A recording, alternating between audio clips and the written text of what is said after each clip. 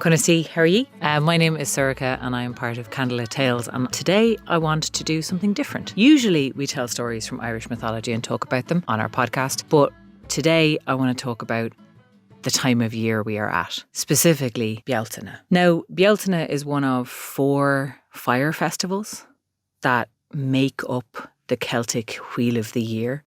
The Wheel of the Year is one of those things that I keep seeing it around kind of like vaguely neo-pagan situations where you have the 4 Irish festivals and then you have like several other festivals that don't really have anything to do with Ireland, and then 1 or 2 that I think are just made up. The autumn equinox being associated with a Welsh deity who I don't think has anything to do with any of it. So I wanted to talk about the specifics of the Irish festivals. All of these have been celebrated on this island for a long time. I cannot tell you how long. I can tell you that traditions have been passed down through generations, and I can tell you that mention is made of these fire festivals in the mythology that I'm familiar with, but a lot of our history is not written, so it's hard to say exactly when things happened on this particular island. And anyway, I'm not a historian, I'm a storyteller. So I'm going to tell you about Bealtaine. Feel free to fact check me in the comments. Please, I'd be delighted. So let's talk about the wheel first. The Wheel of the Year starts at Samhain, which was Christianised to Halloween and persists as Halloween. But the month of the 1st of November is Mina Hauna. It is named for the festival. It's the beginning of the Celtic year because the day begins at dusk and the year begins at the beginning of the dark time. It's also considered the start of winter. And then we go to Imbolg, which is the threshold of spring, the beginning of spring. It's the time of year that lambs are getting pregnant. No, lambs don't get pregnant. It's the time of year that sheep are getting pregnant. It's the time of year that cows are getting pregnant. So the bellies are swelling and life is coming back and the first flowers are growing. And it was Christianised as Lola Bree, the Bridget's Day. It's also the only one where the name of the festival isn't the name of the month in Irish, but I don't know why that is. Then we're on to Bealtaine, the one that we're talking about today. This is the beginning of summer. This is the time where the light half of the year comes back because the light dramatically changes in Ireland from dark half to light half, and this is the beginning of the light half. You see a lot in mythology. People will talk about from Bealtaine to Samhain and from Samhain to Bealtaine. Those are the 2 halves of the year. And Bealtaine is kind of the mirror of Samhain, of Halloween. So there are some things that are similar and there are some things that are very, very different. And then you have Lunasa, which is the threshold of autumn and the first fruits of the harvest, which then leads you back to Samhain, which is the last of the harvest and the beginning of the next year. And the year keeps turning and time keeps flowing and everything keeps going along. So that's the Wheel of the Year. Bealtaine starts at dusk on the 30th of April and it goes until dusk on the 1st of May because to our Irish ancestors, the day began with the night. The dark always comes first, the light always comes after. It's the beginning of summer. It's the beginning of the light half of the year. And it's the time when the other world is at its most potent and its most present. It's kind of co-equal with Samhain in that regard. We tend to think of Samhain as the time when like ghosts and other world and creatures are running about, but it's equally true at Bealtaine. And so this was a time of year where you were warned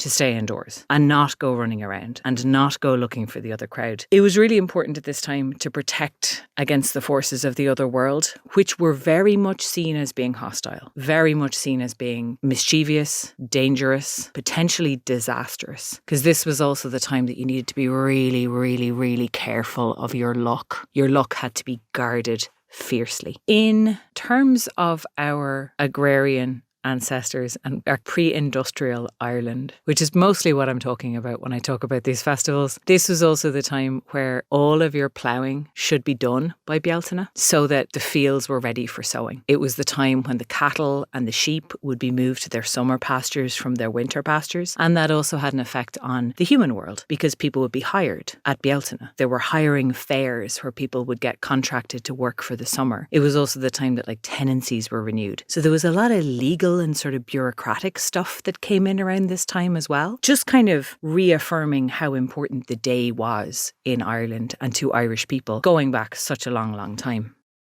So let's talk about food, because food meant something very different to our ancestors in Ireland. They didn't live in a world where you could import food. They didn't live in a world where you could go to a supermarket and get more food. They lived in a world where whatever food you had at Samhain, at the end of the harvest, was the food that you had. And that was going to have to last you at least 6 months. Maybe 9 months, depending on what other food sources people had access to. One of the things that's really important at Bealtaine is having enough flour left over from the winter to make something that was called hasty pudding. This was a pudding that, frankly, doesn't sound that good. It doesn't sound amazing. It was made with boiling water and sometimes milk and flour that was stirred in a pot until it got to a sort of a thick custardy consistency. Presumably it was seasoned with whatever people had, but also my knowledge of whatever people had in Ireland was that they didn't have very much, and so probably it was a bit grim. But it was really important that people had enough flour to make the hasty pudding, because that showed that they were good at managing their resources, and it showed that they kind of deserved the luck that was coming their way. And there's Kevin Danaher's book, The Year in Ireland, has an anecdote about families maybe going 2 or 3 weeks without bread just to make sure that they had that little bit of flour left over to make the hasty pudding at Bealtaine, because it was so important that they would have that and they'd be able to show that they had that. Because it was difficult to keep flour. This is pre-refrigeration. You had to keep the damp out of it. You had to keep the mice out of it. And you had to not eat all of it at Christmas when everyone's sitting around eating food. Because this was also the time where you're coming into a period of a little bit of food insecurity in an agrarian society. In a pre-industrial society, without all this access to food, the stores will be running progressively lower and lower over the summer. In fact, July in Ireland is called Hungry July, or used to be called Hungry July, because it was the time where the cupboards would be bare. But also you're coming into a time when the days are incredibly long in summer here, which meant for our ancestors really long work days. You're talking 18 hours of daylight. So people would be out working these incredibly long days with not a huge amount of food. The main stuff that is growing and that is coming into season in Ireland at the moment is your kind of greens and your salads, which, there's a reason that everybody tells you to eat a salad if your genes are tight. It's not very calorically dense. It's not the kind of food that you need if you're working hard physical labour. Of course, the creature that steps in to fill the gap, and the creature that is of such paramount importance in Ireland, is the cow. Cows and cattle. They were massively important. Dahi O'Hogan says that they were domesticated in Ireland since the 4th millennium BC, and it was on the milk of cows that people would survive while they were waiting for the new harvest to come in, while that food shortage was stretching over summer, and while people were working those long hours. Obviously, this is the time of year when the cattle... I shouldn't say obviously. It's not that obvious. I'm not a dairy farmer, but it's the time of year when the cattle have calves and are producing milk, so people can actually milk them and keep some of that milk for themselves, make it into yogurt, make it into cheese. High in protein, high in lots of stuff, really good for you if you're not lactose intolerant. And if you are lactose intolerant, God help you in Ireland. The cattle would be driven up to the summer pastures. They were so vital for people's survival that one of the big customs around Bealtaine, and probably where we get the name from, is the fires. Because the old tradition where you would build 2 big bonfires and everyone would drive their cattle in between the bonfires, which sounds almost a little bit cruel, singeing the hair of the cows, but it was a protective measure. It was designed to protect the cattle from disease. It was designed to protect them from the fairies and the other world. And it was designed to keep them healthy for as long as possible and producing milk for as long as possible, because people needed that to live. Bealtaine either means Bealtaine, the mouth of fire, but could also be Bealtaine, which is bright fire. But either way,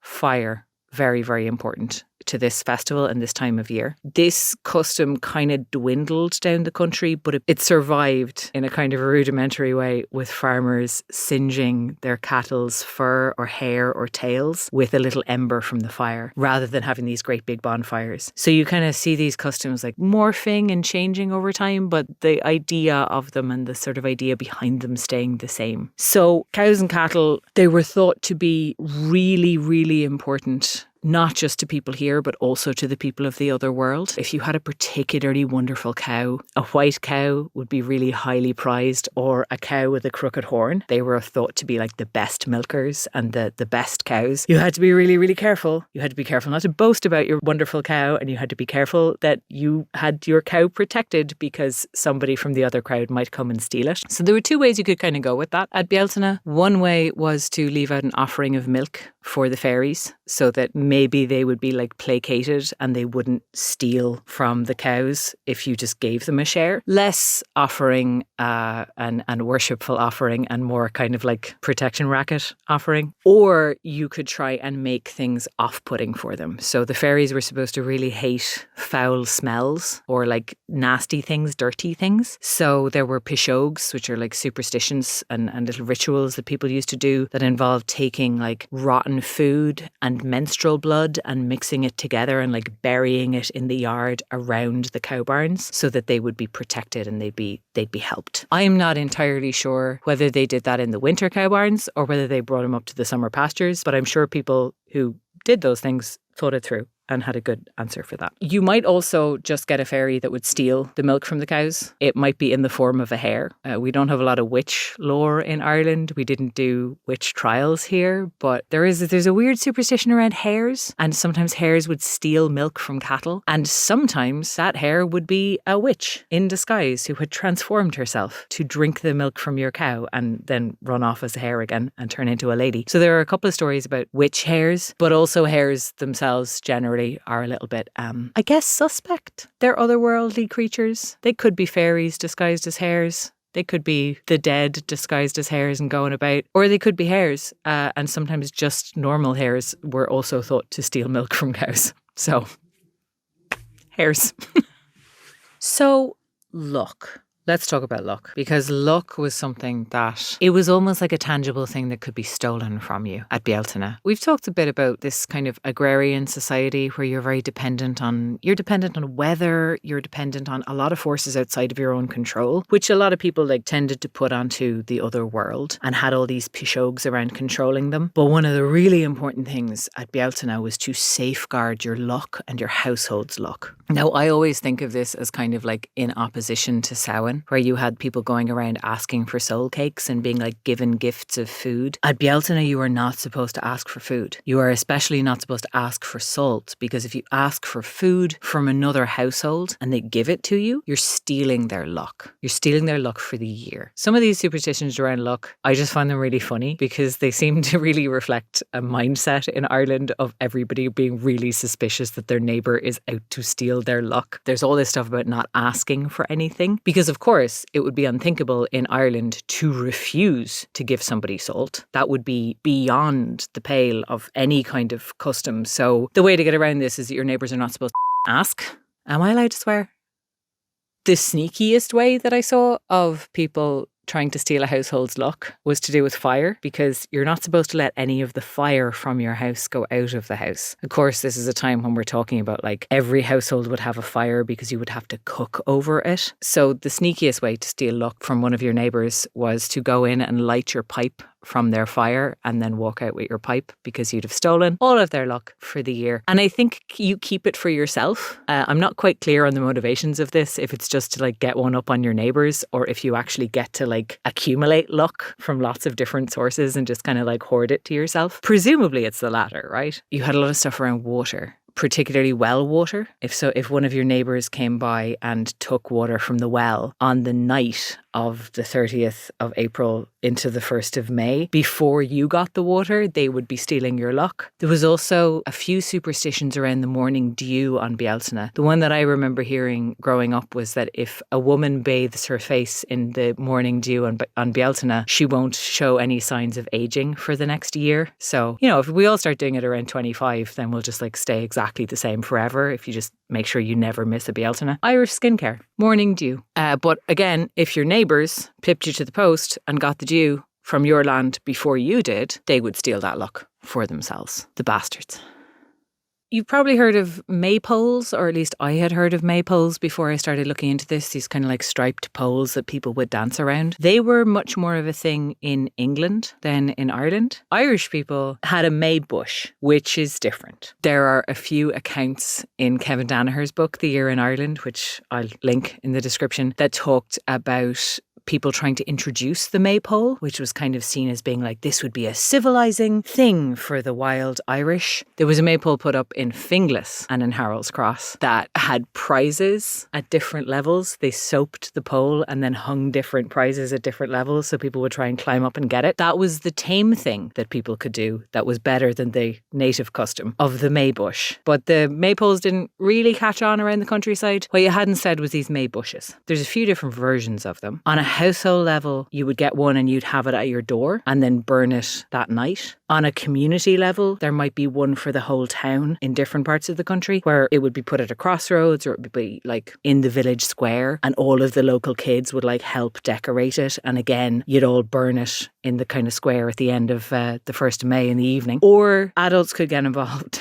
and make May bushes. And there are some very funny accounts in Kevin Danaher's book of different professional associations in Dublin making May bushes and like stealing them from each other and having like near riots, like chasing each other around Smithfield and trying to get the May bush back in time for the right people to burn it. What all of those have in common, and I suppose that story probably tells you why maypoles were considered like civilized and nice by comparison, because people got a bit wild with the May bushes. What all of them have in common is they were all like nicely decorated. They were decorated usually with yellow flowers, which might just be because those are the flowers that are mostly coming into bloom in Ireland at this time of year. There's lots of cowslips, there's lots of primroses, there's lots of like furze or gorse flowers, which are that really bright, bright yellow. Or it might be that the yellow was significant. Honestly, no one that I read seemed to know which it was. But yellow flowers and eggshells. People were really into like saving their eggshells, especially the eggshells from Easter Sunday, which I think is